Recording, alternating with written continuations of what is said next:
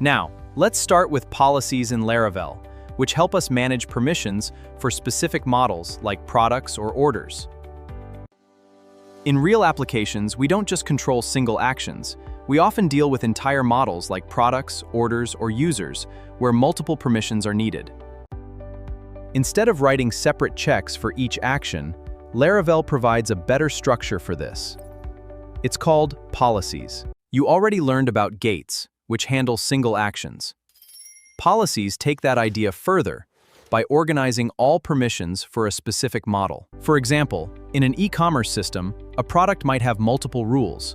A customer can view it, but only the owner or admin can update or delete it. A policy groups all these rules together, so Laravel knows exactly what a user can do with that specific model. So instead of scattered permission checks, policies give you a clean structure for managing authorization at the model level, like products or orders.